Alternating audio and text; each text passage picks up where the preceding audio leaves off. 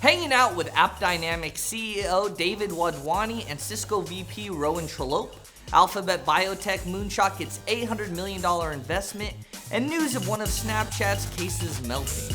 It's Thursday, January 26th, and this is Crunch Report. Happy Thursday, TechCrunch land. We have a fun show for you today. AppDynamics news is the talk of the town, the belle of the ball, selling to Cisco for $3.7 billion. We have the CEO of AppDynamics, David Wadhwani, and Rowan Trollope here to talk to us. Let's hang out with them. What is up, guys? Hey, Rowan. man. Nice to meet you. How are you doing today? So, everyone's dying to know. How did you guys meet? What was the process for AppDynamics and Cisco getting together?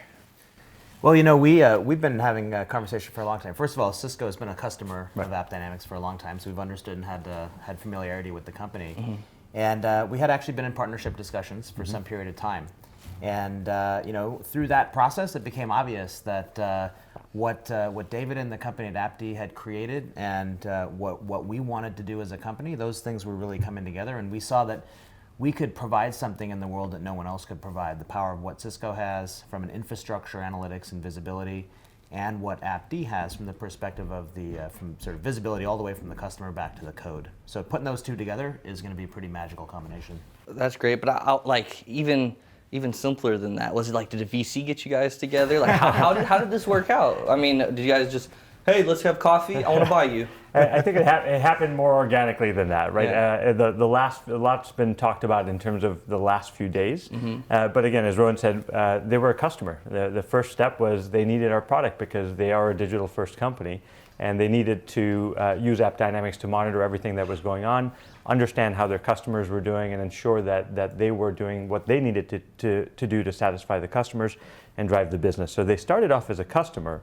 What we realized along the way, and what really went to a peak moment over the holidays, was that this partnership opportunity, when you think about what we did at the application, user, and business level, and what they were doing at the infrastructure level, coming together and giving you that end-to-end view is something no one else did. So we started getting really excited about that over the holidays. Yeah.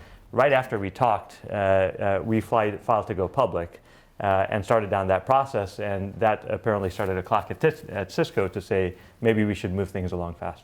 You guys have grown like amazingly well, super fast, and you've been independent this whole time. Yeah. You think it'll just be exactly as it was before, no challenges, right? I mean, you're a huge, you have an overlord now. Do I look like he looks like a very nice overlord to me. I don't know. The way I view this, and this goes back to every conversation that we've had together and all the interactions we've had, AppDynamics is a mission-driven company. They've been out driving this mission, and that is reflected in the growth, frankly. I mean, they've been laser focused on that.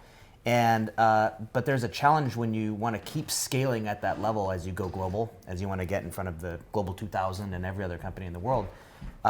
And that's where Cisco comes in. Cisco has done that work and has put in the 20 years or 25 years, as long as the company's been around, essentially, establishing those long-time relationships with these customers. You probably have the world's best enterprise sales force at Cisco today, right? 20,000 sellers, 250,000 partner sellers that wake up every day selling Cisco equipment and selling Cisco software. So you have this amazing market access, and some things that are really important in the world need to be can only be done at massive scale. So this, in my view, is a major accelerant. And I think the reality is you guys are pouring gas on the fire. Company. Exactly. Yeah. This is a big company, and there's a lot of gas in the tank at Cisco to pour on that fire. Yeah.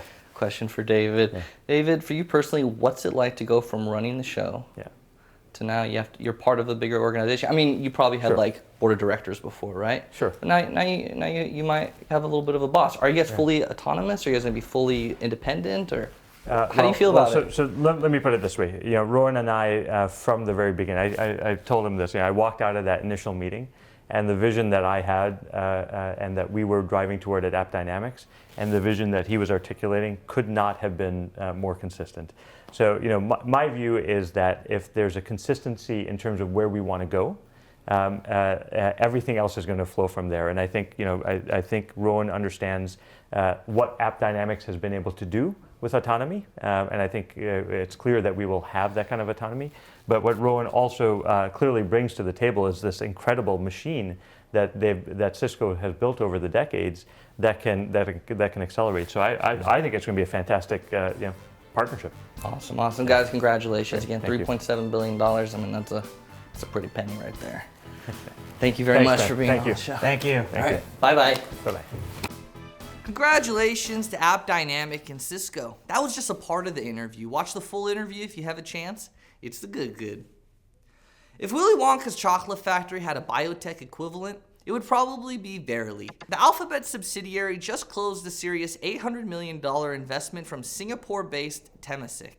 Like many other Alphabet portfolio companies, Verily has a portfolio of long-term projects that have yet to commercialize. In true moonshot fashion, Verily is, among other things, trying to literally build better insects that could slow the spread of disease. So casual stuff, everlasting gobstopper that ends disease transmission.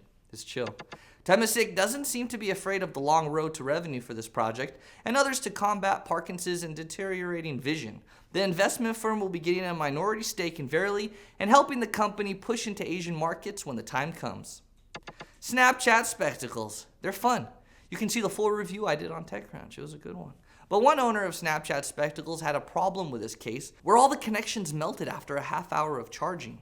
Snapchat is aware of the situation and has commented on its melted case with, "Our team is in touch with this customer and we are working with him to investigate this issue. We can't comment further until we know more, but want to emphasize that nothing is more important to us than the safety of our community." The best case scenario is this is a one-off defect and everything gets fixed and everyone's happy. The worst case scenario? Galaxy Note 7. That's the report for today. I'm Tito Hamzy. Crunch Report airs every weekday at 7 p.m. Eastern, 4 p.m. Pacific on TechCrunch.com. You can also find us on iTunes and on YouTube. And guess what, guys? We'll see you tomorrow.